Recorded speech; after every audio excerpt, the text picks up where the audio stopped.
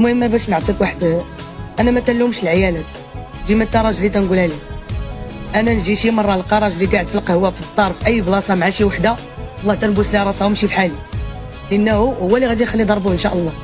انا قلتها لي باش فهمتيني. علاش؟ لانه المراه واحد الانسانه يقدر يكون كاذب عليها هو، ياك هذه الاولى، يقدر يكون تيقول لها انا ما مجوج، ولا كانت تعرفو مجوج يقدر يقول لها راه عندي مشاكل مع مرتي تنطلق ويوريها ورق الطلاق، وهما هي مزورين ما كاين لا ورق الطلاق لا والو.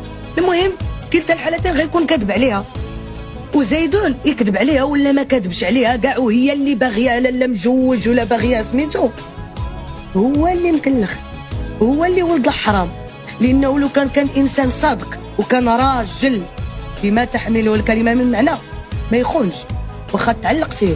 انا راه ما تنبغيش ديك الكلمه ديالت دات وحده بنت الحرام، لا علاه هو مينيكا عريجه تنشريو حنايا، لا هذاك حكايه شخصيه، راه روح هذيك راه عقل.